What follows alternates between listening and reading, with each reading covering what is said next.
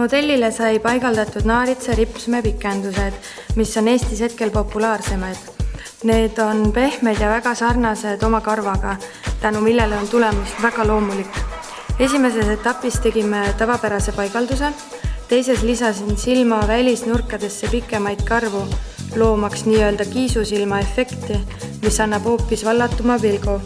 Ning kolmandas etapis lisasin silmadele väljapaistvaid aksessuaare, mis võivad täiustada erinevaid kostüüme. Fotosessioonile annavad aksessuaarid kindlasti veelgi huvitavama tulemuse. Et fotol silma paista on veel võimalusi, näiteks kasutada värvilisi ripsmekarvu või ka sätendavaid. Kes soovib just tagasihoidlikumat tulemust, kuid silma siiski esile tõsta, on võimalik paigaldada lühemad ning peenemad karvad või lisada karvu vaid silma välisnurkadesse. Õige hooldus tähendab valida professionaal ning külastada teda umbes 3 nädala tagant.